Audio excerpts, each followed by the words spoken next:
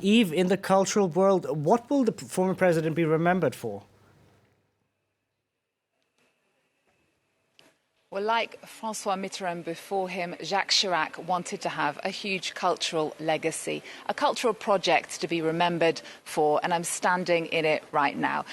This museum bears his name, the Quai Branly Jacques Chirac Museum, a monument to a man who really was a champion of cultural diversity. This is where he left his biggest mark on France's cultural landscape.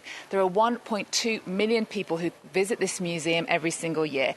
This museum is on the banks of the River Seine, a monument for everyone to see, designed by the famous French architect Jean Nouvel. Now, it was founded by Jacques Chirac to celebrate European culture, and it opened in 2006, which makes it Paris's newest major museum. Now, inside this museum, there are so many objects and artifacts, 1.2 million objects and pieces of art from all over the world, an enormous collection of indigenous art from Oceania, Africa, the Americas. There are textiles and sculptures, musical instruments, you name it. You can find these objects inside this museum. And at the opening in 2006, Jacques Chirac said this signified the end of Western art's supremacy.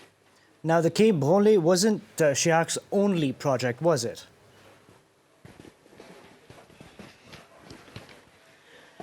It certainly wasn't. In 2002, Jacques Chirac beat the National Front's Jean-Marie Le Pen in the presidential election. Soon after that, he came up with the idea of Paris's History of Immigration Museum. And he was also behind the idea of several of the outposts of the Louvre Museum, including in Lens and in Abu Dhabi. Here's